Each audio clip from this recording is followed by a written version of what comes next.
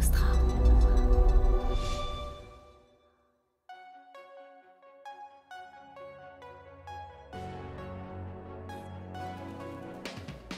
GTI a une vocation, je pense, à être mondiale, qu'aujourd'hui ne peut l'être NewsGuard, avec qui on s'entend très bien. Et en fait, moi, je dirais pas qu'on est concurrents, je dirais qu'on est complémentaires.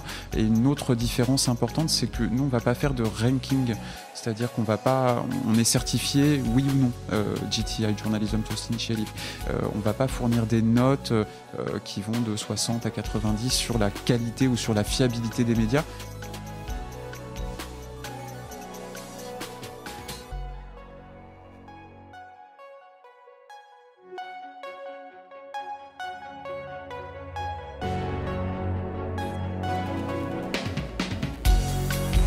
Bienvenue dans Mediarama, le podcast du futur des médias. Je suis François Desfossés et chaque semaine, je rencontre des entrepreneurs, des têtes penseuses et des experts de la galaxie média.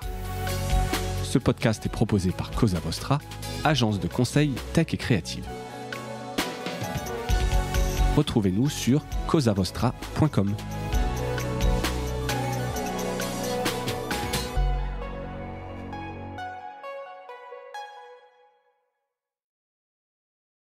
Bonjour à toutes et à tous et bienvenue dans ce nouvel épisode de Mediarama. J'ai le plaisir de recevoir aujourd'hui Benjamin Sabat, directeur du programme GTI à RSF. Alors c'est plein d'acronymes, on va expliquer. Est-ce que tu étais bien directeur, pardon, je réalise que j'avais mis GTI RSF. Tu es le directeur de ce programme. Absolument. Bonjour François, bonjour à toutes et tous. Et je suis effectivement directeur de Journalism Trust Initiative au sein de Reporters sans frontières. Exactement. Est-ce que tu peux parler vraiment près du micro ou le rapprocher un peu de toi que je t'entende bien? Est-ce qu'on est mieux comme ça? Ah là, oui. Et est-ce que je refais cette intro? Non, pas du tout. T'inquiète. Les gens t'auront entendu. Puis de toute façon, on aura l'occasion de reparler de tout ça. Donc le GTI RSF, tu l'as dit, le Journalism Trust Initiative de Reporters sans frontières, qui est un programme où on va parler de normes, de certification des contenus aujourd'hui avec toi. C'est un sujet important, évidemment, plus que jamais. J'ai l'impression que de toute façon, tous les jours, on pourrait voir l'importance de certifier ces contenus dans ce monde aujourd'hui, avec la propagation de fake news, avec l'IA générative, etc. Bref, une initiative portée par RSF, je pense important de le mettre en avant et de venir un peu expliquer ce que vous faites. Avant qu'on parle de tout ça, Benjamin, est-ce que tu peux peut-être te présenter en quelques mots? Tu as un parcours dans les médias. On s'était connus à l'époque quand tu étais au Spiel. Donc ça remonte à quelques années. Mais... Ça remonte à quelques années. Et juste une précision tout de suite, et je vais y revenir et on va y revenir beaucoup plus tard et beaucoup plus en détail. Journalism Trust Initiative ne va pas certifier les contenus, on va certifier plutôt certifier la manière de produire de l'information. Nous, ce qu'on va certifier, c'est un processus rédactionnel ou plutôt un ensemble de processus rédactionnels. Et on y reviendra très en détail. Et merci encore pour cette invitation et pour m'inviter à expliquer ce que c'est que Journalism Trust Initiative. Donc moi, je viens du monde j'ai une formation plutôt en économie et j'ai commencé à l'agence France Presse en 2006. À l'époque, il s'agissait de construire le système tarifaire monde. L'agence France Presse avait des prix pour la France, pour les dépêches, pour la photo. La vidéo n'existait pas encore en 2006, mais on pense beaucoup au réseau rédactionnel de l'AFP qui est mondial. On oublie qu'on a un réseau commercial de l'AFP qui est mondial aussi. Et donc, il fallait équiper les commerciaux avec des prix, ce qui est quand même pas mal quand tu veux vendre de l'information et en particulier en B2B. Donc, je suis rentré pour faire ça. Et puis, je suis resté 12 ans à l'agence France Presse dans des fonctions commerciales, marketing. Et je me suis bien amusé. Et puis, surtout, j'ai vécu déjà un moment absolument charnière, en fait. Et puis, au centre d'un des réacteurs de l'information en France et dans le monde. Donc, c'était absolument passionnant puisqu'effectivement, naissance de la vidéo, de Facebook, de Twitter, etc. L'explosion des réseaux sociaux. La propagation de tout ce qu'on a vécu ensemble, en fait, déjà dans cette époque-là. Exactement. Et après 12 ans à l'agence France Presse, en fait, j'ai eu la chance d'être vu pour reprendre le poste d'Irène Toporkov au sein de WorldCrunch. Alors, en 2 secondes, WorldCrunch, c'est un média 100% digital qui a été fondé par Jeff Israeli et Irène Toporkov. Jeff Israeli, ancien du Time, Irène Toporkov, qui était dans le monde de la tech et de la communication. Ils se sont dit, tiens, on veut créer un média qui s'inspire de Courrier International ou d'Internazionale en Italie, c'est-à-dire monter un réseau de sources, d'informations fiables à travers le monde et les traduire, en l'occurrence avec WorldCrunch, en anglais pour une audience anglophone, principalement aux États-Unis, mais mondiale. Et donc, j'ai eu la chance de succéder à Irène. On a fait beaucoup de choses. On a essayé de structurer de structurer un peu la maison et d'ouvrir pas mal de sujets de diversification. Et puis ensuite, j'ai eu la chance de rejoindre RSF l'année dernière, en mars 2024. Pourquoi tu as accepté cette mission là chez RSF? On est venu te chercher, c'est toi qui a postulé? Alors, on est venu me chercher grâce à toi, parce qu'effectivement, j'avais pas vu l'existence de cette annonce à la base. Moi, je dois dire qu'après 12 ans, me proposer un poste de direction générale, j'ai trouvé ça quand même assez challengeant, donc j'ai sauté dessus. Et sur WorldCrunch, en fait, je dirais qu'il y a plusieurs sujets. Le premier, c'est que j'ai appris l'existence du fait que, encore une fois, cette fois-ci chez RSF, on cherchait un directeur pour Journalism Trust Initiative. Moi, je dois dire que j'ai découvert le journalisme, j'ai découvert l'information grâce à RSF, grâce aux albums Sans photo pour la liberté de la presse, quand j'avais 10 ou 11 ans. Et je pense que je dois à RSF le fait d'avoir postulé et d'avoir insisté pour arriver à l'AFP 15 ans plus tard. Donc la marque RSF, l'organisation RSF est quelque chose qui est extrêmement important pour moi. Donc quand j'ai vu que ce poste existait, je me suis dit tiens, ça commence à faire tilt. Ensuite, moi c'est vrai que avec mes 5 ans chez RSF et 12 ans à l'agence France Presse, ça faisait presque 20 ans que je faisais des business plans, des plans de développement commerciaux, etc., etc. Et là je me disais que moi j'avais envie de faire de basculer sur une cause à 100%. Donc RSF, Journalism Trust Initiative, là ça commence vraiment à matcher. Et en fait chez WorldCrunch, j'avais aussi copiloté avec Jeff un programme de certification des images. Pour le coup, là, il s'agissait de certifier des contenus de photojournalisme. Et donc, on avait lancé un projet de certification des images avec Nour, qui est une très belle agence photo basée à Amsterdam, avec Contrasto, très belle agence photo basée en Italie, notamment à Rome, avec la PAP et la CZK, qui sont les agences de presse nationales en Pologne et en République tchèque. Et donc, j'étais déjà rentré dans le sujet de la certification, de la labellisation. Et c'est aussi comme ça, d'ailleurs, que j'ai appris l'existence de GTI. Donc, quand tu alignes tout ça, en fait, je me suis dit, c'est le job où il faut que j'aille. Exactement. Bon, et donc, j'ai la chance de l'occuper depuis un an avec une équipe merveilleuse. Bon, top. Et donc, on parle de la certification des médias et non pas de la certification des contenus. Ça, tu as eu raison de le préciser. Et c'est vraiment quelque chose sur lequel vous insistez sur le site, parce que vous n'êtes pas là pour certifier les contenus. Pourquoi est-ce que la certification des médias, donc, est-elle un enjeu clé aujourd'hui?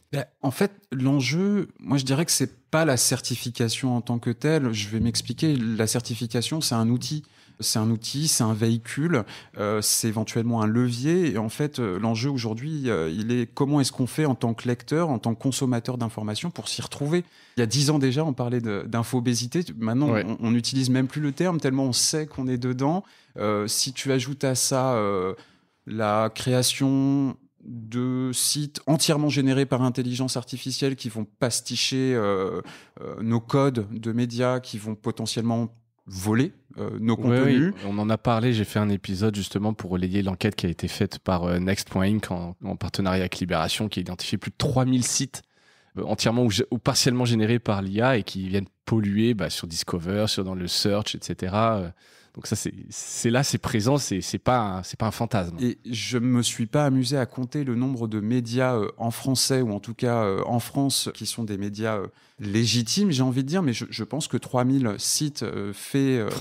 francophones faits par des fake news, en fait, nous, on est dépassés en volume. Donc effectivement, ils nous piquent nos audiences, ils nous piquent notre monétisation, ils nous piquent nos contenus, parce que leurs contenus sont faits à partir des sites des médias. Donc on a un sujet, donc le sujet, c'est comment est-ce qu'on fait pour les consommateurs d'informations, pour s'y retrouver dans cette jungle-là et pour être sûr que quand on est sur un site de médias, on est sur un site de médias qui soit vraiment fiable. Ce qu'on est en train de lire, ça repose sur des méthodes éprouvées, de journalisme éprouvé. Ce que je suis en train de lire, je peux y faire confiance. Et comment, donc c'est lutter contre la désinformation quelque part, donc certifier c'est des médias fiables. Comment ça a été lancé cette initiative au sein d'RSF? Ça existait avant que tu n'y arrives, puisque tu en avais déjà connaissance. C'est quoi un peu la genèse de ce projet?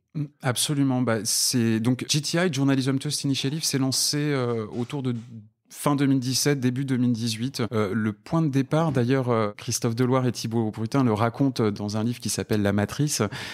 Le point de départ, c'est la soutenabilité. Le point de départ, c'est comment est-ce qu'on fait déjà pour être visible sur les moteurs de recherche, les réseaux sociaux, puisqu'on sait que à l'époque, maintenant c'est 10% de plus, mais à l'époque c'était 70% du trafic des médias vient des moteurs de recherche et des réseaux sociaux.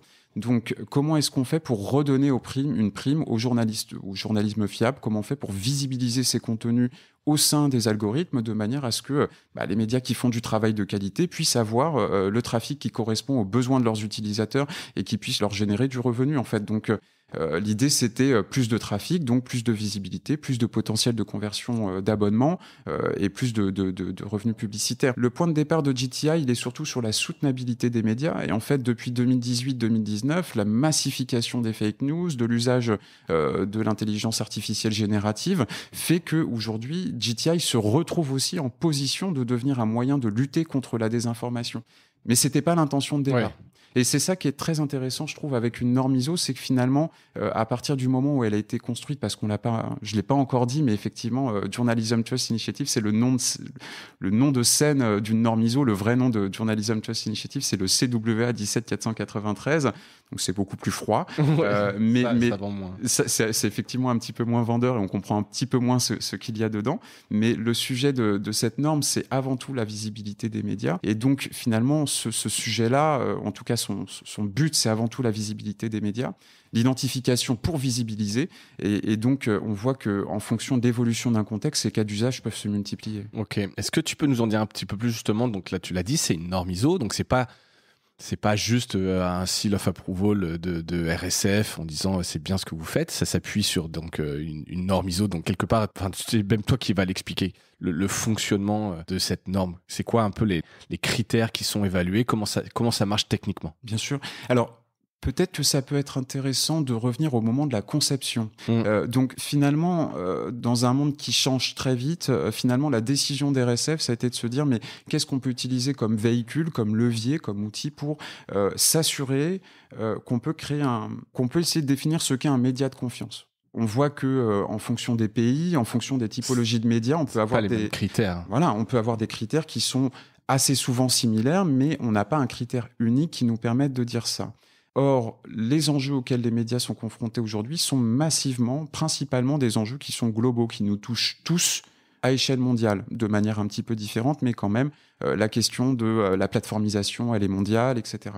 La question du détournement du marché publicitaire vers d'autres types d'acteurs, elle est mondiale, etc. etc. Et ensuite, on va retrouver des spécificités locales ou nationales. Mais le point de départ est là. Et donc, nous, on se dit, qu'est-ce qu'on peut utiliser comme outil qui soit robuste, neutre et international. Et donc, c'est là que, finalement, le choix va se porter sur la norme ISO. Et une norme ISO, tu peux pas la lancer seule. Effectivement, c'est pas RSF qui va dire... Techniquement, tu peux pas ou c'est parce que c'est compliqué? Effectivement, techniquement, tu ne peux pas. Techniquement, tu ne peux pas. La norme ISO t'oblige aussi, en fait, chez RSF, on est propriétaire de cette norme, maintenant qu'elle a été conçue, propriétaire du schéma de la norme pour être exact. Et en fait, ça nous engage, ça nous oblige énormément. Donc, je vais pas te faire le détail de mes obligations en tant que propriétaire de la norme, mais elles sont effectivement... c'est intéressant, je pense que quelque part, c'est pas une boîte noire. Ah non, au contraire, justement, voilà. C'est ça qui est vachement intéressant avec l'ISO, c'est que tous nos processus doivent être transparents. Donc, les critères sont transparents, les personnalités, les organisations qui ont participé à la conception de la norme, c'est transparent aussi.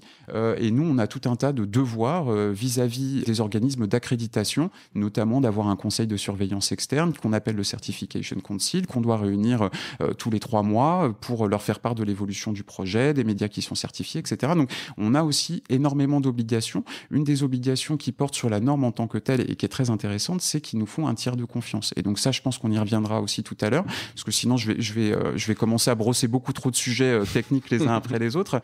Mais la question du tiers de confiance, c'est-à-dire une fois qu'on a établi ce catalogue, d'ailleurs il faut que je l'explique ce qu'il y a dedans, en fait, qui vient vérifier de quelle manière et qui vient tamponner le fait que tout ce qui est écrit, que les critères sont... que le média est conforme à l'ensemble de ces critères. Ouais. Voilà. La vraie certification, quelque part, faite par un tiers de confiance. Et donc ça, c'est un des sujets, en fait, qui est le tiers de confiance. Donc ça, j'y reviendrai aussi.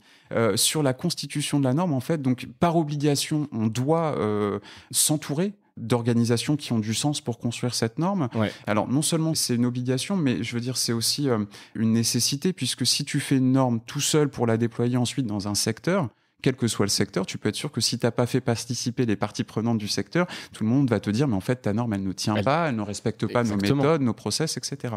Donc 2017-2018, on se dit tiens, il faut créer une norme ISO. 2018-2019, on réunit 130 organisations à l'intérieur de ce qui va s'appeler un comité ISO, ou en l'occurrence un comité d'atelier qui est patrociné par le CEN. Le CEN, c'est l'organisation européenne qui dépend de l'ISO pour fabriquer des normes. Oui, parce qu'on l'a pas dit, la norme ISO, effectivement, c'est une organisation internationale de normalisation pour tout, les normes ISO, on en entend parler dans l'alimentation, dans l'industrie, sont des normes internationales qui permettent de se dire partout dans le monde, ça respecte une sorte de cahier des charges, des critères, etc. Donc c'est un organisme qui n'a aucun rapport avec les médias, qui est international, totalement neutre. Absolument. Et je pense que là, sur cette table, les micros avec lesquels on enregistre, l'ordinateur que tu as devant toi, tout ça tout est régi par des normes ISO, oui. Et certainement pas qu'une seule, nombreuses, en termes de management, de qualité des composants, éventuellement de sourcing des composants, etc. Ouais. Voilà. Donc d'où l'importance et l'intérêt d'aller chercher cette norme ISO qui donne quelque part un cachet, de se dire c'est quelque chose de transparent, d'écrit, de validé, etc. Donc un comité de 130 organisations. Exactement. Médias et autres. Absolument. Alors médias et autres, effectivement, on a des conseils de presse, on a des régulateurs, on a les plateformes, à l'époque Google et Facebook aussi qui participent. Et l'idée, c'est de se dire des agences de presse, des médias qui sont petits, qui sont plus gros, des médias qui sont publics, des médias qui sont privés, qui sont en Europe, mais pas seulement, qui sont aussi en Asie, etc. Et donc, on met tout le monde autour de la table. Et en fait, il y a déjà énormément de chartes de déontologie, de codes éthiques internes. Bien sûr, plein d'initiatives partout dans le monde, mais des initiatives. Donc là, l'idée, c'était un peu de se dire, on réunit, on fait quelque chose d'international, on met tout ça en commun et on en sort... un catalogue de 130 critères. Catalogue de 130 critères. Alors, tu n'y étais pas, mais tu as eu vent un peu en quelques mots de comment se sont passés ces ateliers. Ça s'est fait en physique, ça s'est bien passé, il n'y a pas eu de résistance de la part des plateformes. C'est l'époque peut-être encore où elles aimaient encore un peu les médias. Alors en fait, de toute façon, je dis ça dans comme ces comités, il n'y a pas forcément une question de résistance, il y a une question de négociation, c'est-à-dire qu'il faut trouver le bon gradient pour chacun des critères sur la manière dont on va le formuler. Et je parlais d'obligation tout à l'heure, et l'obligation qui est associée, c'est-à-dire que nous, on va formuler un critère, ensuite, il faut s'assurer qu'il soit mesurable par un auditeur. Voilà, donc c'est dans tous ces gradients-là qu'il y a une sorte de négociation. Et effectivement, il faut toujours avoir en tête qu'ensuite, il faut qu'elle soit applicable à échelle internationale, pour toutes les typologies de médias. Donc c'est exigeant. Et j'ai envie de dire qu'il y a certains critères qui, moi, pourraient faire sens dans certains pays, mais qui, malheureusement, ne feraient pas sens dans d'autres. Donc, il y a certains critères qui ne peuvent pas être dans GTI parce que alors je peux expliquer ce que j'ai en tête, mais typiquement, un média qui a été multi-condamné pour diffamation, par exemple, on peut se dire que, en Europe, ça pourrait être un critère pour dire que tu ne peux pas être conforme à GTI. Et dans certains pays, malheureusement, être multi-condamné quand on est journaliste... C'est peut-être l'inverse. C'est plutôt l'inverse du fait que tu fais... Enfin, c'est plutôt la démonstration que tu fais du bon travail. Et que tu gênes les gens. Et que tu gênes les gens. Que tu déranges. Quoi. Donc typiquement, ce critère-là n'y est pas. Mais moi, je trouve ça extrêmement intéressant aussi à expliquer sur la manière dont on fabrique une norme internationale. Ouais, c'est clair. Et donc, 130 critères, ça n'a pas bougé depuis le lancement de cette norme à aujourd'hui ? Non, pas encore. Mais je pense que ça va faire partie des gros chantiers puisque... Aujourd'hui, y compris entre 2018 et 2025, le monde a changé. Je pense en particulier à l'intelligence artificielle. Donc là où je suis très content, c'est que mes prédécesseurs avaient déjà intégré un critère sur l'intelligence artificielle à l'époque. Mais maintenant, est-ce que c'est suffisant ? Est-ce qu'il faut qu'on revoie ça ? Ça fait aussi partie de nos obligations de faire évoluer la norme pour tenir compte du contexte dans lequel on travaille. Oui, et qu'elle reste pertinente.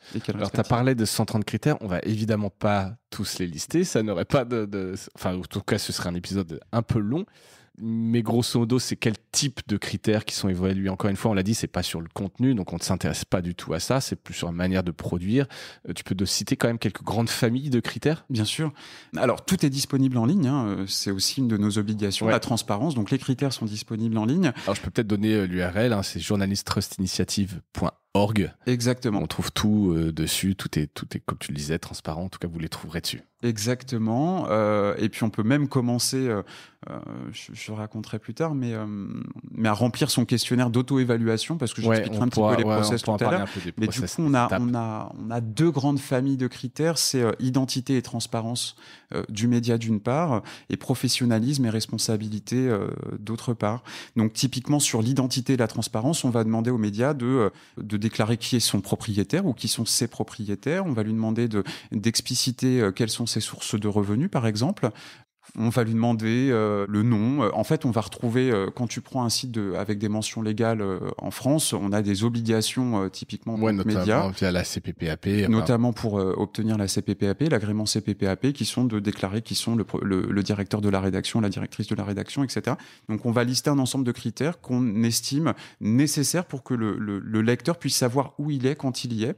Et il y a des critères qui étaient un petit peu plus nouveaux, typiquement déclarer ses sources de revenus. Ça, on n'y est pas obligé, mais on pense que en 2025, c'est extrêmement important pour un média d'expliquer d'où viennent ses revenus pour les lecteurs, pour qu'ils puissent, ces lecteurs-là, savoir comment le média travaille, comment il se rémunère, etc. Sur les questions de professionnalisme et de responsabilité, on va demander aux médias s'ils disposent d'une charte éditoriale, par exemple. Dans l'audit, on va demander à l'auditeur de vérifier que s'il y a une charte éditoriale, les journalistes la connaissent, ils sont formés, la respectent, etc. On va demander aux médias s'il a des mécanismes de correction. On va lui demander si, quand il fait une erreur, justement, dans l'audit, est-ce que ces mécanismes sont vraiment en place? Comment est-ce qu'il fait pour corriger? Comment est-ce qu'il fait pour qu'une erreur ne se reproduise pas à l'avenir? Donc, encore une fois, on est vraiment sur une norme processuelle. On va lui demander comment il traite ses conflits d'intérêts, par exemple, dans la rédaction, quand on publie un article sur un groupe ou une entreprise qui peut appartenir au même groupe que le média, etc. On va lui demander de clarifier comment il présente ces sujets-là. On va lui demander comment il présente de la publicité sur son site aussi, comment il présente du sponsor content, s'il fait du sponsor content. Voilà, donc des règles de transparence et finalement des règles. Il y a rien de très surprenant pour un média qui existe depuis longtemps, qui fait son travail, ou qui existe depuis moins longtemps, mais qui fait son travail selon toutes les règles éthiques qu'on connaît, qu'on a apprises en école de journalisme, etc. Voilà. C'est pas tant, effectivement, non, je vois, c'est plus un label quelque part, et on va en parler sur l'intérêt, est-ce que les conséquences que, effectivement, plus s'améliorer au quotidien. A priori, quand on se lance dedans, il n'y a pas de surprise sur les critères, il n'y a pas de choses farfelues ou exotiques qui sortent de nulle part, quoi. C'est des choses. Non, encore une fois, c'est des organisations de médias, des associations de journalistes, des syndicats d'éditeurs, des médias eux-mêmes qui se sont dit, voilà, nous on pense que, et on travaille, on réfléchit, on pense que pour établir finalement une réponse assez simple, est-ce que ce média est fiable ou non? Il nous faut 130 critères, et voici les 130 critères qui sont beaucoup hérités des codes de déontologie qu'on connaît, des chartes éthiques, etc. Ok, et on va venir là-dessus. On continue juste un peu sur l'évaluation, comprendre un peu qui aujourd'hui peut se faire certifier.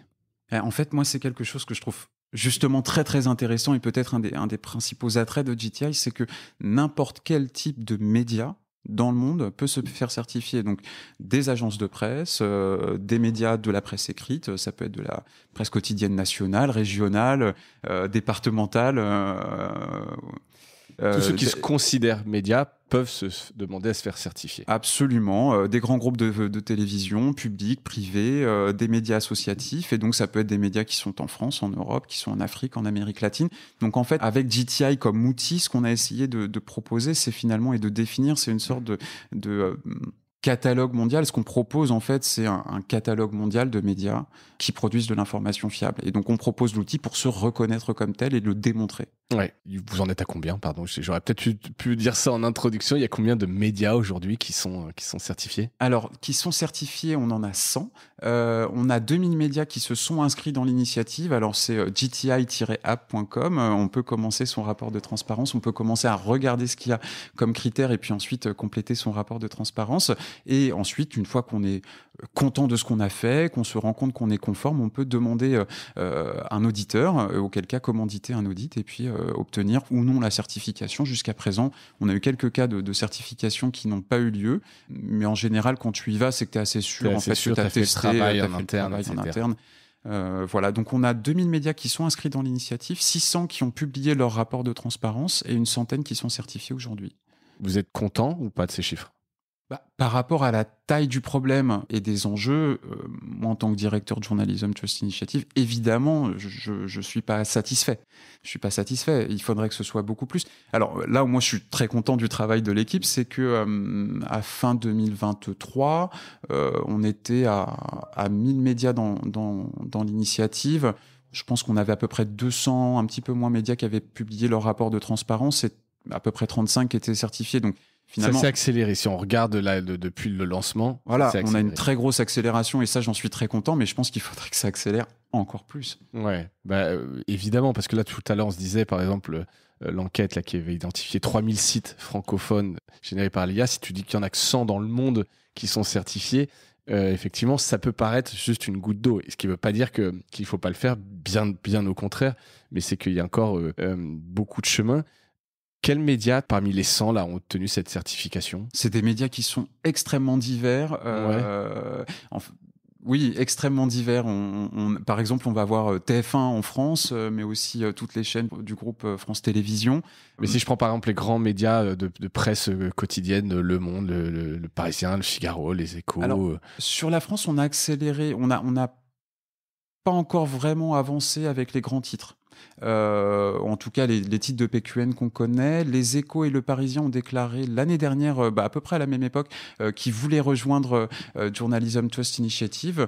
Donc, j'imagine que c'est toujours en cours. Ensuite, on va travailler avec des très gros médias de presse écrite à l'international. Par exemple, El Espectador, qui vient de recevoir sa certification en Colombie, qui est le plus ancien des médias de presse écrite en Colombie, avec El Diario en Espagne, avec Alternativas Económicas aussi en Espagne, qui est donc un média plus niche mais très connu sur le monde économique.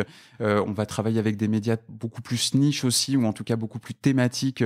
On va avoir Blue TN par exemple, qui est un média sur l'environnement en Tunisie. On va avoir Afriquel, qui est un média qui suit l'évolution du droit des femmes sur le continent africain. Donc vraiment, on essaye, nous, d'avoir... c'est très important pour nous de montrer que JTI, c'est pour tout le monde, à la fois les très gros médias et à la fois les plus petits, les B2B, les B2C, les agences.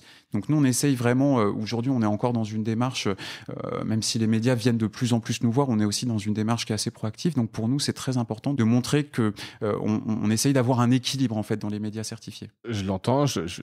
Alors peut-être faut que je revienne en arrière sur le mécanisme de certification. C'est compliqué dans le temps à mettre en place. Est-ce que c'est payant ? Alors oui. On a 2 étapes principales. On a 3 étapes principales. La première, c'est donc de s'inscrire sur cette plateforme JTI App. Ouais, on peut soi-même faire il y a un ensemble de questions, on répond, ça permet de faire une auto-évaluation. Voilà, on peut auto-évaluer sa conformité par rapport aux 130 points de critères de la norme. Et en fait, là, on a un premier sujet pour les médias en général, c'est la question des ressources. C'est la question des ressources. C'est-à-dire la ressource il faut le faire, le de rapport la personne qui va passer oui. quelques jours, j'imagine, parce qu'il faut en prendre connaissance et puis aller chercher l'information. Donc oui. c'est là le premier écueil dans tout le process. Exactement. Qui va le faire voilà. On parlait du Spill tout à l'heure, c'est des médias qu'on connaît bien. Effectivement, quand tu es dans une rédaction ou dans une organisation, dans une entreprise qui a 10, 15, 20 personnes, on sait que tout le monde est staffé à 100%, que la priorité, c'est l'actu. Notre ADN, d'ailleurs, en tant que média, la priorité, c'est forcément l'actu. Donc, se poser pour remplir un questionnaire de 130 questions, c'est une ressource qui fait ça et qui ne fait pas autre chose, qui doit aussi aller voir les collègues du marketing je parlais des sujets publicitaires tout à l'heure, donc qui doit réunir de l'information, donc ça prend du temps, et le temps, c'est quelque chose que les médias souvent n'ont pas, par déficit de ressources. Donc nous, ce qu'on a mis en place justement, c'est une petite équipe pour les accompagner justement là-dessus, pour les aider à remplir. Après, évidemment, quand ils décident de publier leur rapport de transparence parce qu'ils sont contents de leur taux de conformité, ça c'est leur responsabilité, ils ne s'y engagent, ça ne les engage que, mais on essaie de les accompagner sur le processus, justement constatant cette question de manque de ressources. Et on a ensuite un autre sujet qui est que on a parlé du tiers de confiance tout à l'heure. Donc les tiers de confiance, qui fait la certification quand on sent qu'on est prêt. Exactement. Donc avant de délivrer sa certification, il va venir faire un audit dans la rédaction, dans le média. En fonction de la taille de la rédaction, ça va durer 1 jour, 2 jours, potentiellement 3 jours. Et donc là, effectivement, cet audit est à la charge du média. Et donc là, il y a un coût. Alors, nous, un des sujets chez Reporters sans frontières et dans l'équipe GTI, c'était de faire rentrer un maximum de certificateurs dans l'initiative, de les former pour qu'ils puissent délivrer de l'audit et de la certification de manière à faire baisser les prix, justement, de la certification. Et donc, c'est des entreprises comme Bureau Veritas, Deloitte, les ABC aussi, le réseau des ABC que nous, on connaît en France sous le nom d'OJD. On travaille avec beaucoup d'ABC dans le monde qui vont aussi délivrer de l'audit. Et ça a donc un coût de quelques milliers d'euros, j'imagine, si on parle de quelques jours de travail, de rapport, quelques milliers d'euros. Oui, je pense que je peux donner les chiffres sans trop de problème. Je ne vais pas parler de contrat en tant que tel, mais aujourd'hui, l'audit, je pense que pour une petite rédaction, ça tourne autour de 2 000 euros. Et pour une très, très grosse rédaction, ça va tourner autour de 5 000 euros. Donc, effectivement, un de nos sujets, c'était de faire en sorte que ce soit abordable pour tous les types de médias. Et donc, aujourd'hui, à 2 000 euros pour une certification qui est valable 2 ans et qui oblige aussi le certificateur. C'est pas seulement l'audit qui est facturé 2 000 euros, c'est aussi un processus de monitoring. Le certificateur doit surveiller que le média continue à travailler de la même manière pendant les 2 années de validité de la certification. Donc voilà, moi j'étais directeur général chez WorldCrunch. Je sais combien je payais mon expertise comptable pour clôturer mes comptes à la fin de l'année. Voilà, oui, c'est prix raisonnable qui reflète le travail qu'il y a derrière, effectivement. Voilà. Donc, encore une fois, il y a la question du temps et potentiellement du coût versus ce qu'ils peuvent gagner. Puisque donc là, maintenant, j'essaie de dire, on a fait ce process, on a payé, on est certifié. Et quoi maintenant? Qu'est-ce qui se passe? Je suis certifié, qu'est-ce que je mets un logo, je fais un bel article, qu'est-ce qui se passe? Exactement. Alors en fait, le premier, je pense que le premier sujet, c'est l'interne. C'est-à-dire que nous, le premier retour qu'on a, c'est de la part des journalistes et des rédactions de dire nous, on est très contents de l'avoir fait parce qu'effectivement, y compris dans une très grosse rédaction, parfois dans des plus petites, il nous manque des choses. Il nous manque des instances de surveillance, il nous manque parfois une charte éditoriale, en fait. Le Red Chef est là à 200 mètres, à 200 mètres, à 3 mètres. Quand j'ai une question, je peux aller lui poser. Ça me suffit. On n'a jamais pris le temps de construire une charte éditoriale, de la discuter, de se poser des questions sur notre positionnement. Je dirais que le premier renseignement de GTI, c'est que les médias se sentent beaucoup plus solides. Et d'ailleurs, c'est aussi pour ça qu'on a construit ce questionnaire, qu'on a construit cette norme. Dans le questionnaire qu'on a mis en ligne sur GTI App, on ne le propose pas forcément comme des critères, mais plutôt comme des best practices, en fait. Est-ce que toi, tu fais ça? Et donc, il faut aussi le prendre comme une sorte de guide-ligne, en fait, pour les médias, pour être sûr que, oui, on a tout ce qu'il faut pour démontrer qu'on produit de l'information de qualité. Donc, le premier sujet, c'est celui-là, c'est surtout sur l'interne, c'est d'être sûr qu'on a en place l'ensemble des processus qui nous permettent de garantir qu'on est dans une obligation de moyens et qu'on a mis en place aussi tous les faisceaux de transparence qui permettent d'avoir un lien objectif avec nos lecteurs. Voilà. Qu'on leur donne les informations pour prendre des décisions correctes dans leur choix d'information.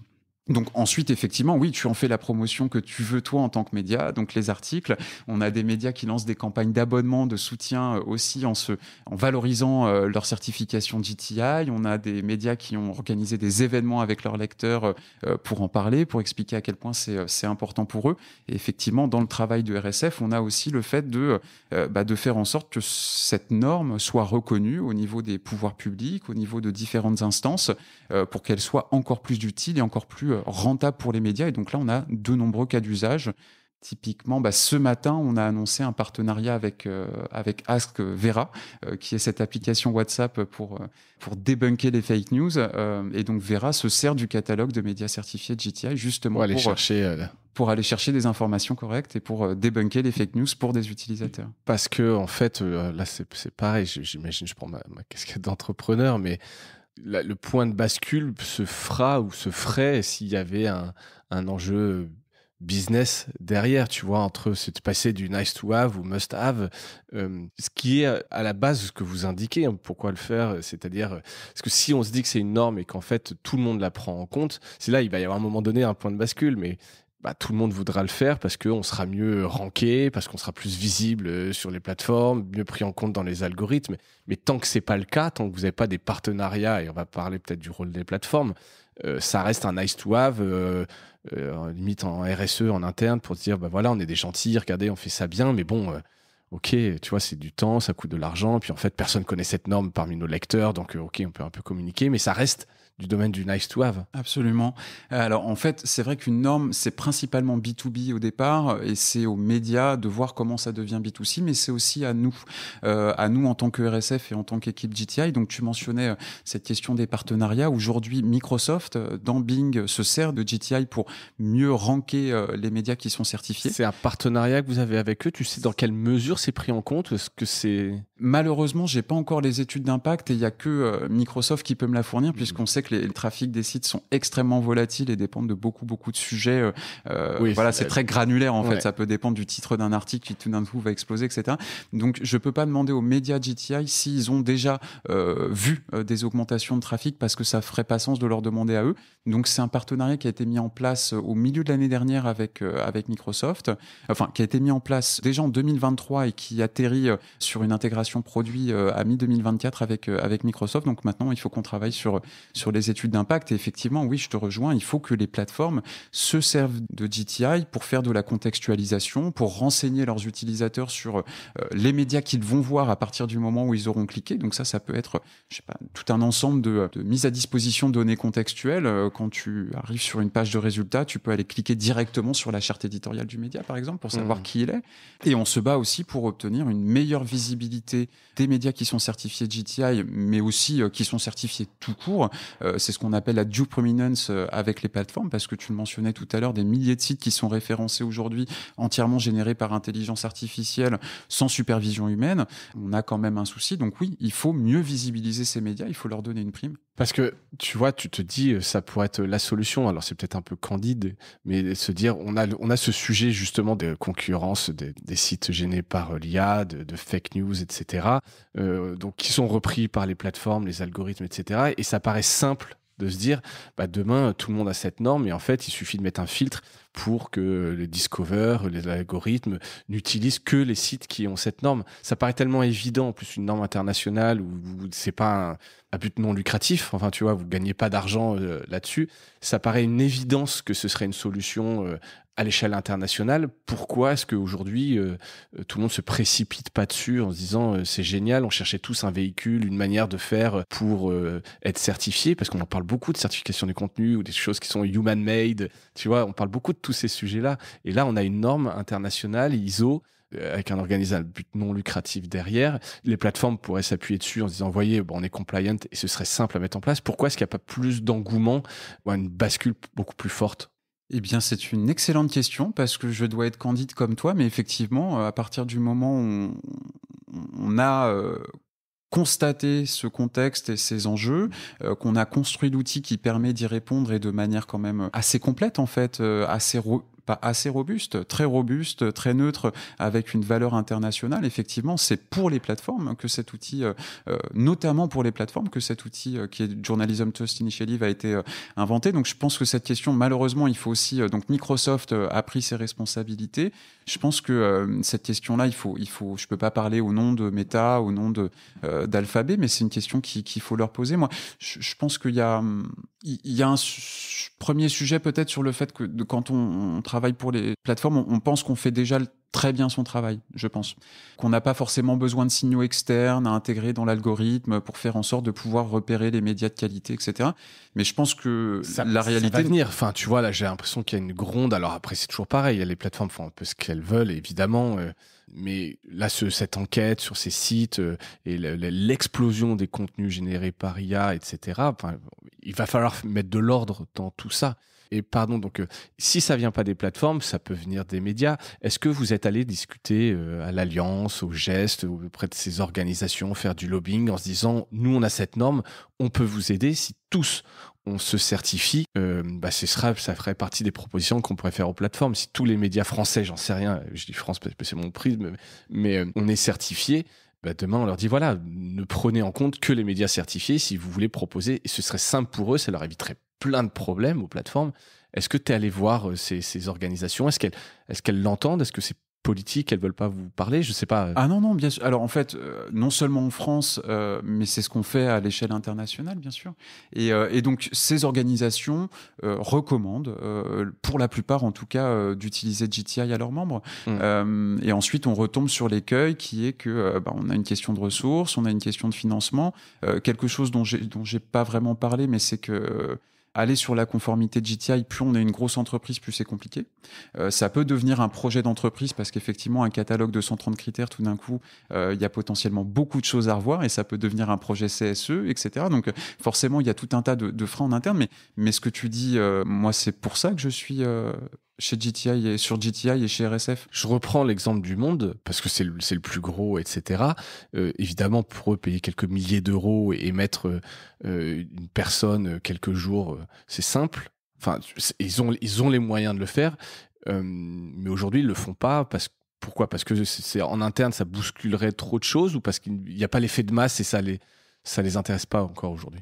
Moi, vraiment, je peux pas te parler du Monde parce que j'ai pas discuté avec eux, donc je voudrais pas leur mettre des mots dans la bouche. Non, mais c'est parce que je prenais le numéro 1, justement. C'était pas contre le Monde. Hein, oui, non, bien sûr. Ah oui, non. Moi, je l'avais absolument pas entendu comme ça, mais comme j'ai pas eu de conversation avec eux sur GTI, je peux vraiment pas répondre en leur nom. Mais par contre, ce qui est certain, c'est que tu parlais de la nécessité, moi j'ai envie de dire même de l'urgence de mettre de l'ordre dans la manière dont les consommateurs vont en fait avoir accès au contenu.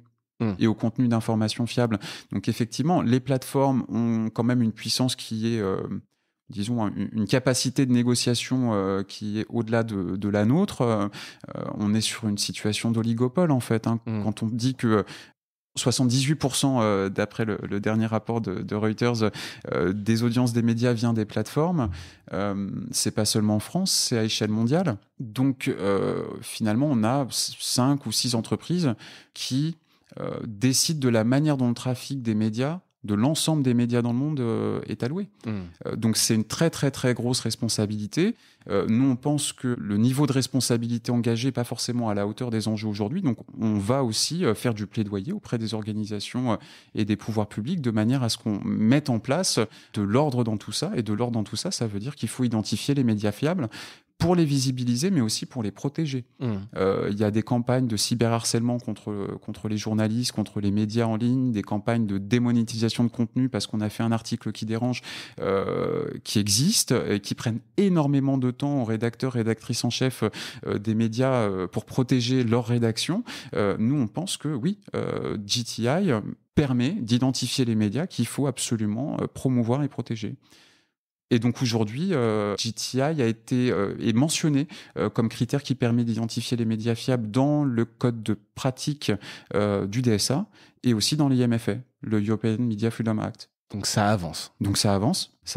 Ouais, je reste un peu sur mon idée que voilà, ça pourrait être simple et surtout pour les éditeurs se dire voilà, on s'est mis d'accord parce qu'on sent, tu vois, dans les discussions, j'ai quand même discuté pas mal avec des éditeurs, l'importance de se regrouper face à ça et d'avoir une sorte de Nutri-Score, tu vois, je sais pas, mais en tout cas, et en fait là, t'as l'impression que la solution est là, est simple et rapide à mettre en place, quoi. Je suis complètement d'accord. Faire son rapport de transparence, c'est quelques heures si on est déjà conforme, quelques semaines ou quelques mois s'il faut gros et qu'il faut un peu bouger certaines choses. Faire son audit, c'est quelques jours de préparation et 2 à 5 000 euros, comme je le mentionnais tout à l'heure. Donc moi, je suis complètement d'accord avec toi. Oui, on a une solution stable et qui est simple et qui est déployable à l'échelle mondiale, qui est objectif, qui est neutre, qui est robuste. Donc il faudrait qu'on soit beaucoup plus à faire alliance en utilisant GTI justement comme une ombrelle qui permet déjà de définir ce qu'est un média fiable.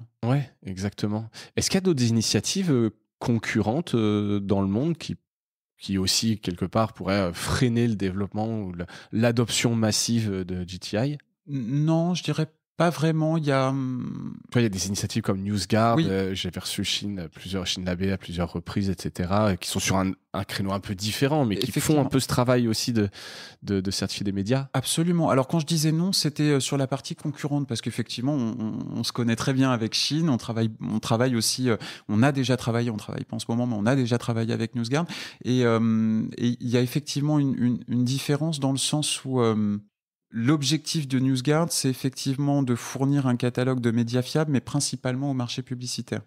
Donc la destination n'est pas exactement la même. Nous, on pense que GTI peut aussi servir au marché publicitaire. Mais je dirais que notre ambition n'est pas exactement là. Pour nous, c'est très très important d'être également dans des endroits où il n'y a pas de marché publicitaire ou des marchés publicitaires qui sont balbutiants ou capturés justement par des oligarques, etc. Donc GTI a une vocation, je pense, à être beaucoup plus large, mondiale qu'aujourd'hui ne peut l'être NewsGuard, avec qui on s'entend très bien. Et en fait, moi je dirais pas qu'on est concurrent, je dirais qu'on est complémentaires. Et une autre différence importante, c'est que nous, on va pas faire de ranking, c'est-à-dire on est certifié oui ou non, GTI, Journalism Trust Initiative. On va pas fournir des notes qui vont de 60 à 90 sur la qualité ou sur la fiabilité des médias. C'est plutôt, voilà, là c'est la norme, tu l'as, t'es certifié ou t'es pas certifié, point, quoi. C'est pas... Point. Ouais, il n'y a pas la notion un peu du jugement quelque part. Contrairement au Nutri-Score aussi, on ne va pas avoir de gradient ABCD, mais finalement, je pense que là, tout à l'heure... C'est parlant l'image du Nutri-Score, tu vois, ça parle surtout aux consommateurs. Mais en fait, c'est ça qu'on veut faire avec GTI. Alors, on ne va pas aller justement dans ces gradients, dans ce score, mais l'intention est la même, c'est-à-dire que l'objectif du Nutri-Score, c'est pas d'exister, c'est de faire en sorte que les personnes se nourrissent mieux. L'objectif de GTI, c'est pas d'exister, c'est de faire en sorte que les personnes s'informent mieux. Exactement. Écoute, donc ça fait... Voilà, mais en tout cas, l'image, effectivement, est plutôt parlante. Si on a vu donc là où vous en étiez aujourd'hui, c'est quoi l'ambition pour les prochaines années? Vous vous fixez, bon là, peut-être une évolution de quelques critères à la lumière un peu des quelques années, vous en avez parlé un peu partout. C'est quoi les ambitions? L'ambition, c'est celle dont tu parlais il y a à peu près 2 minutes, c'est effectivement de faire en sorte que GTI soit reconnu et endossé par un maximum de médias dans le monde. Donc, je te donnais les chiffres de tendance sur l'année 2024 tout à l'heure. Donc, notre objectif, c'est de faire au moins aussi bien en 2025 dans la croissance du nombre de médias. Et moi, j'ai envie que ça accélère beaucoup plus vite. Et beaucoup plus fort. Et pour supporter en fait cette accélération, on continue à discuter avec tout un tas d'acteurs pour obtenir de nouveaux partenariats, pour mettre en place de nouveaux cas d'usage, qui soient au niveau des pouvoirs publics ou qui soient au niveau des usages dans la technologie. Donc là, par exemple, on a signé un partenariat avec Caféine aussi, l'application, le kiosque bien connu, qui met en place justement ce logo GTI au sein de l'application pour que les consommateurs d'infos qui sont déjà sur une application d'infos justement puissent avoir accès à des informations supplémentaires pour savoir que tel média a été créé à telle date, que ses ressources de revenus sont telles et telles. Ouais. Et les pouvoirs publics s'en disent quoi? Est-ce qu'on pourrait imaginer demain que ça intègre, je sais pas, la CPPAP intègre ce critère, tu vois, je sais pas, pour être IPG ou 39 bis A? Alors, est-ce qu'il pourrait y avoir une obligation de certification à un moment donné? Nous, chez RSF, on est très très très rarement pour les obligations. Aujourd'hui, on est sur la mesure de la prise de responsabilité et GTI n'a clairement pas du tout l'objectif de remplacer des organismes de régulation ou d'autorégulation existants. C'est vraiment sur la base du volontariat que les médias viennent endosser GTI. Et c'est très important pour nous justement que ce soit fait sur la base du volontariat. C'est aussi pour ça qu'on a choisi la norme ou la certification. En fait, tu n'imposes pas une norme. C'est à partir du moment où tu te reconnais dans ces critères que tu y vas. Alors après, par contre, elle peut devenir plus intéressante à avoir en fonction de l'évolution d'un contexte. Typiquement, il y a certaines normes industrielles où si tu n'es pas certifié, tu peux pas accéder à un marché, etc. Donc aujourd'hui, dans les cas d'usage que je vais trouver intéressant, c'est notamment l'EMFA dont je parlais à l'instant, le fait que les plateformes soient obligées d'ouvrir un canal de modération spécifique pour les médias qui font de l'information fiable, et GTI sert de critère pour repérer les médias d'information fiable. Canal de modération spécifique quand tu es la cible de campagnes de claim, de campagnes de démonétisation, de campagnes de cyberharcèlement. Donc ça, maintenant, ce qu'on va voir, c'est la domestication, comme on dit, de l'EMFA. Qu'est-ce qui va se passer en France et dans les 27 pays européens? Comment cette obligation va être mise en œuvre? Ouais. J'aurais pu poser la question au départ, vous êtes combien pour travailler là-dessus? Parce qu'en fait, tu vois, en discutant, on se rend compte un peu du côté abyssal du travail à fournir pour, je dis, entre l'évangélisation auprès des médias, des journalistes, des éditeurs, des pouvoirs publics, des plateformes, et de ça à l'échelle internationale. Vous êtes combien pour faire ce travail? Eh bien, je te remercie de noter le côté absolument abyssal à la fois des enjeux, de la mission. Regarder vers le haut, j'aime bien aussi l'image. Ah oui, effectivement. Et quand on a des victoires, il faut vraiment les célébrer parce que le travail est absolument gigantesque. Et donc, pour répondre tout simplement à ta question, on est à peu près l'équivalent de 12, 13 équivalents temps plein aujourd'hui dans l'équipe. On a une équipe de permanents qui est en France, mais qui n'est pas seulement en France, qui est aussi à Dakar, en Tunisie, à Taipei. Et puis, on a ce qu'on appelle nos représentants et nos représentantes en l'occurrence, beaucoup de femmes, pour nous accompagner dans le déploiement de GTI, qui sont dans certains pays ou dans certaines régions, justement pour représenter GTI, donc faire des ateliers de présentation, organiser ce support aux médias pour qu'ils puissent remplir leur rapport de transparence et être en représentation vis-à-vis de ces instances dont tu parlais tout à l'heure, les fédérations d'éditeurs, les syndicats d'éditeurs, les syndicats de journalistes. Et donc, on est un petit peu sur tous les fronts. Et donc, cette équipe, moi, j'en suis déjà très content. Non seulement parce qu'elle est vraiment composée de personnes qui sont très, très talentueuses et motivées, et aussi parce qu'elle est quand même assez importante par rapport à la taille de RSF. Par contre, quand on regarde l'échelle des enjeux et le nombre de pays dans lesquels on doit être... 3-4 personnes, ils envoient bon, quand même 12-13 personnes. Mais c'est pas mal, mais on aimerait bien être le double. En fait, quelle que soit la taille de l'équipe, on sera jamais assez. Ouais, bien sûr. Voilà. C'est ce que je réalise, quoi. C'est jusqu'à ce que je pense qu'il y ait un point de bascule. Encore une fois, je suis assez persuadé que à partir d'un moment, il y aurait une masse critique où ça deviendrait de facto la norme. Et si tu l'as pas, tu perds du business. Et donc, les gens se précipiteraient, entre guillemets, quoi. Il y aurait presque plus besoin de faire le travail parce que les gens le feraient eux-mêmes. Mais en attendant, tu prends ton bâton de pèlerin. Exactement. Alors, jour. Ce qui est bien, c'est qu'il y a justement de plus en plus de médias qui se rendent compte de l'intérêt. Là, que tu disais à l'instant, me rappelait un cas d'usage ou un cas d'adoption d'une agence de presse en fait qui s'est rendu compte que la plupart de ses clients étaient déjà GTI et qui s'est dit en fait moi je suis une agence de presse, je les fournis en contenu tous les jours, donc je vais aussi adopter la certification GTI de manière à me mettre dans leur processus industriel d'une certaine manière, et qui sont des processus éditoriaux en l'occurrence, pas mal, leur démontrer le fait que oui, moi y compris en tant que média B2B, en tant qu'agence de presse, je vais me faire certifier pour montrer à mes clients audiovisuels, pure player en France, que le contenu que je leur fournis est au moins aussi est fabriqué selon les mêmes règles de qualité que eux en tant que médias. Et alors, tu parlais d'agence de presse, une que tu connais bien, tu y as passé 12 ans, on le disait en préambule, tu leur as parlé, tu as des anciens collègues encore, est-ce qu'ils se posent la question, est-ce que c'est compliqué? Bien sûr, alors oui, non seulement on se parle très régulièrement, mais en plus RSF et l'AFP sont pas très très loin, on est vraiment dans le même quartier, donc on se croise très très très régulièrement, et puis dans beaucoup d'événements internationaux. Donc l'AFP a fait partie des agences de presse qui ont été consultées, qui ont participé à la conception de la norme. Conseil des 130. Absolument, il y avait aussi EFE d'ailleurs à l'époque, il y avait aussi AP, Associated Press.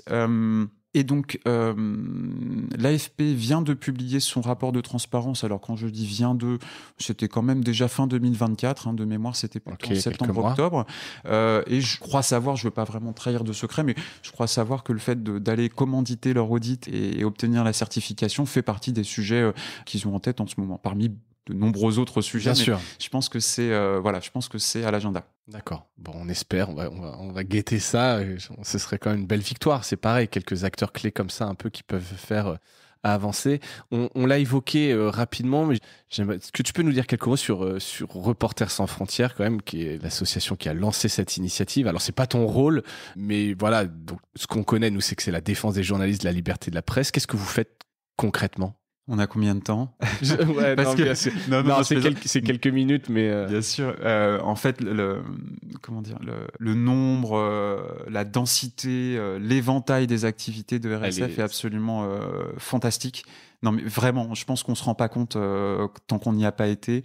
C'est vraiment extrêmement impressionnant. Et donc, c'est d'abord le mandat originel de RSF, c'est effectivement de défendre la liberté de la presse et donc défendre les médias, les journalistes. Donc, un des moyens, un des médias par lesquels on connaît RSF, c'est qu'il faut mesurer la liberté de la presse. Donc, ça, c'est le classement qui a de nombreuses années aujourd'hui, qui permet d'être une sorte de classement par pays.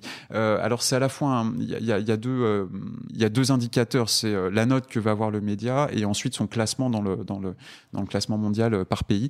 La note que va avoir le pays, ensuite son classement, son ranking au sein de l'ensemble des pays qui sont testés. Et donc là, on mesure en en fait. On mesure et ça permet à de nombreuses autres institutions de savoir quel est l'état de la liberté de la presse par pays et quels sont les enjeux aussi, parce que le classement, c'est pas seulement une note, mais c'est des critères qui sont politiques, économiques, etc. Nombre de journalistes emprisonnés, et justement, nombre de journalistes emprisonnés, ça fait aussi partie de notre travail d'essayer de concourir à les faire sortir, ces journalistes emprisonnés. Alors, parfois, ils ont été kidnappés, donc on ne sait pas où ils sont. Ils sont pas seulement. Alors, parfois, quand ils sont emprisonnés, on ne sait pas non plus où ils sont, mais en général, c'est un petit peu plus clair. Parfois, ils ont été kidnappés, donc il y a aussi un travail d'enquête pour savoir où est-ce qu'ils ont disparu, avec qui ils étaient, et puis en fait essayer de retrouver là où ils sont pour essayer d'agir. Et donc là, on agit parfois en direct, mais aussi on sait ça lié avec les pouvoirs publics, la diplomatie, etc. Quand il faut essayer de faire sortir quelqu'un. Donc ça, c'est aussi une très grosse activité de RSF dans les pays qui sont particulièrement, qui ciblent particulièrement les journalistes. On essaye de les faire sortir avant justement qu'ils se fassent emprisonner. Donc là, on a un service assistance. Je préfère même pas parler de l'encombrement aujourd'hui du service assistance, qui remarque qu'en fait les crises ne se succèdent plus aujourd'hui, elles se cumulent. Elles se cumulent. Donc de mémoire, on a travaillé avec 150 dossiers sur 150 dossiers d'assistance juste depuis le début de l'année là. D'assistance individuelle, hein, et peut-être une vingtaine d'assistance média. Donc et on est à peine à la moitié du mois de mars. Voilà. Et en fait, donc ça c'est vraiment le premier volet, hein, faire en sorte que les journalistes puissent continuer à travailler, pour le dire très simplement. Et ensuite, depuis quelques années, RSF a très consciemment augmenté son mandat, non plus seulement sur la liberté d'informer, mais sur le droit d'être informé en tant que citoyen, en tant que consommateur d'informations. Et donc JTI, bah oui. Et donc JTI s'inscrit exactement dans ce sujet-là. Comment est-ce qu'on fait pour garantir aux citoyens et d'être bien informés, la qualité, en tout cas la fiabilité de l'information qu'ils vont pouvoir consulter. On a d'autres projets que personnellement j'adore parce que ça emprunte aux techniques du hacking. On a un projet qui s'appelle Collateral Freedom. On met en place des sites miroirs pour les médias qui sont fermés dans des pays autoritaires. Et en fait, on met en place des sites miroirs. Donc, on a renversé, c'est un peu l'histoire de l'arroseur arrosé. On sait que les sites de médias peuvent se faire hacker justement pour diffuser des fake news. Nous, en fait, on va utiliser une technique de hacking pour réouvrir des sites. Les rendre up en permanence, quoi, même s'ils sont hackés. Souvent par gouvernemental, quoi. Exactement. Et donc là, on vient de réouvrir la BBC en Russie. D'accord. Et dans le même disponible pour tous les Russes, ou c'est en Russie? En Russie, quoi. Voilà. Ouais. Ça, c'est pas mal, cette belle initiative. C'est pas mal. Alors, c'est un travail constant, parce qu'une fois que les autorités s'en rendent compte, etc. C'est le jeu du chat et de la souris, quoi. Tu peux ouvrir plusieurs sites miroirs par jour. D'accord. Par jour. Et donc, vous avez une cellule de développeurs, hackers chez vous qui... Je peux pas tout dire, mais effectivement, non, mais oui. Okay. Ouais. Je pense que ça mériterait un épisode complet sur RSF. Ah bah je sais qui t'envoie, alors oui, absolument. Ouais, écoute, on fera ça, on arrive au bout de cet épisode. Benjamin, est-ce que tu as un dernier message peut-être sur la certification des médias, à quel point c'est un enjeu crucial, ou quelque chose que j'ai pas évoqué sur JTI que tu voudrais peut-être rappeler en conclusion de cet épisode?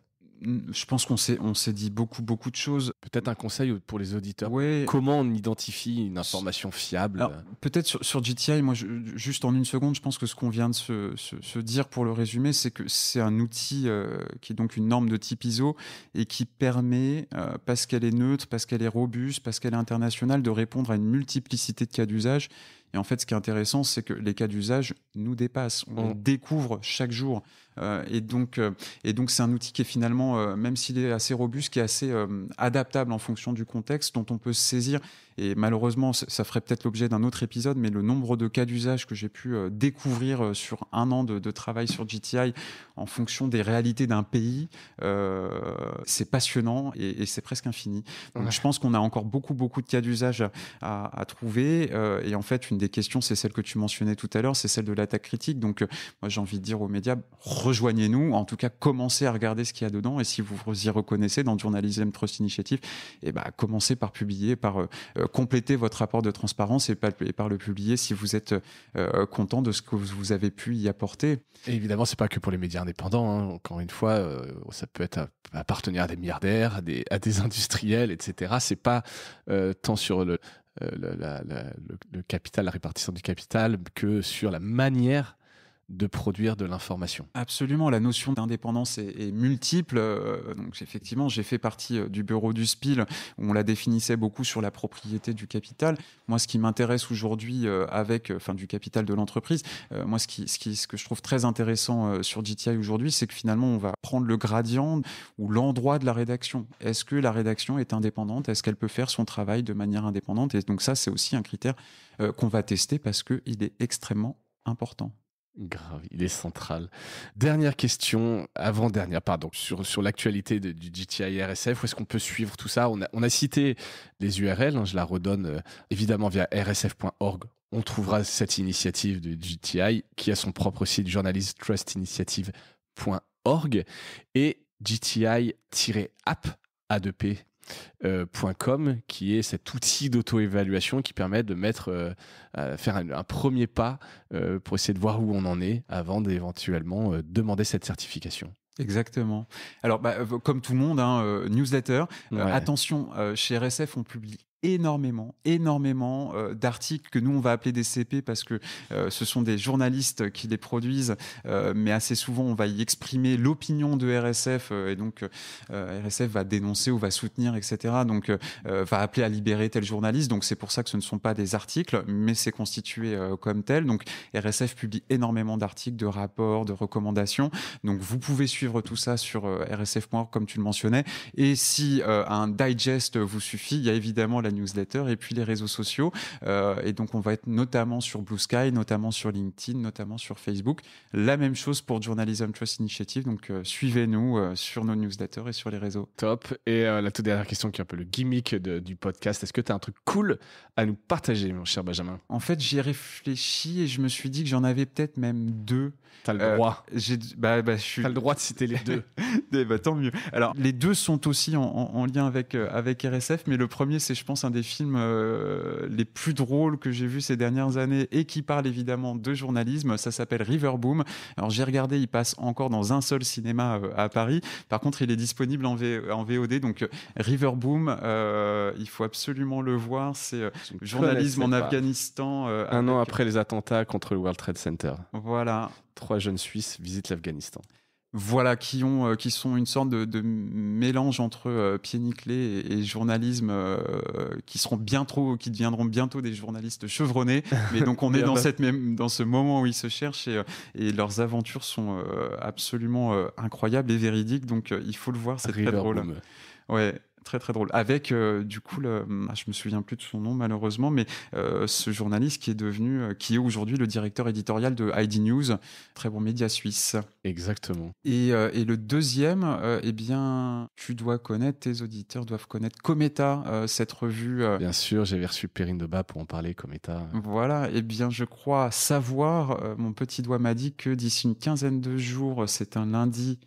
7 avril, je crois, on organise un Cometa Comedy Club en soutien RSF. Donc, à ce stade, j'avoue que j'ai pas énormément plus d'informations, mais je pense que si vous suivez les réseaux sociaux de Cometa, vous saurez bientôt nous retrouver pour rire et pour soutenir RSF. Donc, j'espère que ça répond à ta question sur les trucs cool. Oui, c'est parfait. Merci beaucoup, Benjamin, pour ton temps. Bravo pour cette initiative. Et si vous avez écouté l'épisode, que vous êtes un média, parlez-en, connectez-vous. Ça peut être, voilà, il faudra une masse critique, mais je pense en toute objectivité que ça peut être la bonne norme, le bon véhicule, le bon outil pour se fédérer derrière et puis pour montrer la qualité de votre travail. Merci encore une fois, Benjamin. Merci à toutes et à tous d'avoir écouté cet épisode et je vous dis à bientôt. Salut!